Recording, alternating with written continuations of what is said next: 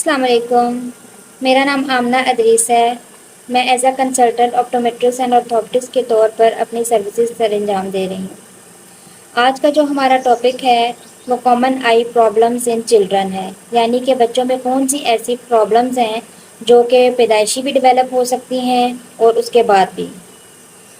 آج کل جو بچوں میں پیدائشی بہت زیادہ آئی پرابلم ڈیولپ ہو رہی ہے اس میں ریفریکٹیو ایرر ہے، یعنی کہ مائیوپیا، ہائپر میٹروپیا اینڈ اسٹگمٹزم، یعنی کہ بچوں کو دور کی یا قریب کی نظر کا مسئلہ ہو جاتا ہے تو انہیں ہمیں گلاسز ایڈوائز کرنی پڑتی ہیں۔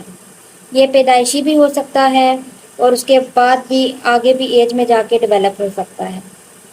دوسرا جو آئی پرابلم بچوں میں دیکھنے کو مل رہا ہے وہ پٹھوں کی بہت زیادہ کمزوری ہے، جس میں بچوں کے آئی سائٹ تو نارمل ہوتی ہے لیکن پٹھے کافی زیادہ ویک ہو جاتے ہیں، اور پٹھوں کا کمزور ہونا جو ہے وہ زیادہ تر موبائل فون اور کمپیوٹر کے استعمال کی وجہ سے ہوتا ہے۔ جو بچے زیادہ ٹائم موبائل فون اور کمپیوٹر کا استعمال کرتے ہیں ان کی آنکھ کے پٹھے جلدی کمزور ہو جاتے ہیں۔ پھر اس کنڈیشن میں ہمیں انہیں کچھ ملٹی وائٹامن سیرپ یا ٹیبلٹس یا کچھ ایکسرسائزز ایڈوائز کرنی پڑتی ہیں۔ اس کے بعد جو سب سے کامن چیز دیکھی گئی ہے وہ بچوں میں ٹیڑھا پن ہے، جس کو اسٹریبسمس یا اسکوینٹ کہا جاتا ہے۔ یہ ایک آنکھ میں بھی ہو سکتا ہے، دونوں آنکھوں میں بھی ہو سکتا ہے، پیدائشی بھی ہو سکتا ہے اور بعد میں بھی ڈیولپ ہو سکتا ہے۔ یہ موسٹلی پٹھوں کی کمزوری کی وجہ سے ہی ہوتا ہے۔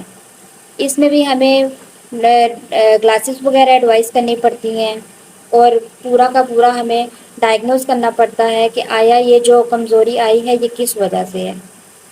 اس کے بعد جو بچوں میں موسٹ کامن دیکھا گیا ہے وہ کیٹریکٹ ہے، جس کو سفید موتیا بھی کہا جاتا ہے۔ آج کل پیدائشی بچوں میں سفید موتیا کافی زیادہ بڑھ گیا ہے۔ کالا موتیا جو ہے وہ بھی پیدائشی بچوں میں بہت زیادہ آج کل کامن ہو چکا ہے۔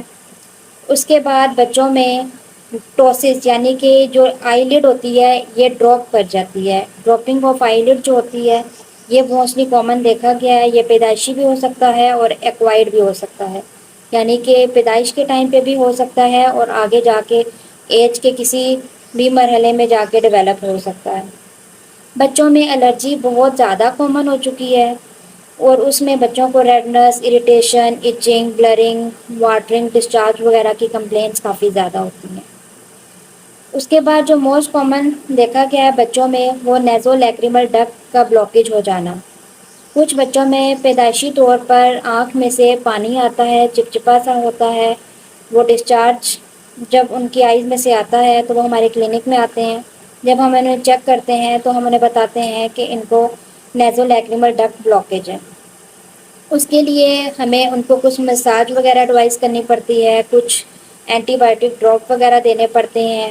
With the passage of time اگر یہ ارلی ڈائگنوز ہو جائے تو اس کا یہ علاج ممکن ہے، لیکن اگر یہ ارلی ڈائگنوز نہ ہو تو پھر اس کے لیے ہمیں سرجری کی طرف بھی جانا پڑتا ہے۔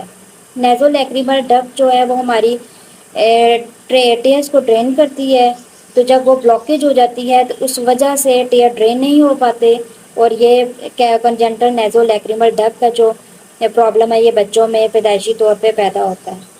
اس کے بعد بچوں میں ریڈنس کا کافی زیادہ ایشو آ رہا ہے اور کمپیوٹر کے زیادہ استعمال کی وجہ سے ڈرائی آئی کے موسٹلی ایشو آ رہے ہیں کہ ڈرائی آئی میں بچوں کی آنکھوں میں اریٹیشن آتی ہے، وہ بلنک اچھی طرح سے نہیں کر پاتے اور کافی زیادہ ایچنگ ہوتی ہے۔ تو یہ تمام جو مسائل ہیں یہ ہمیں بچوں میں دیکھنے کو ملتے ہیں، پیدائشی بھی اور ایج کے کسی بھی حصے میں جا کے یہ بچوں میں ڈیولپ ہو سکتے ہیں۔ بہت شکریہ۔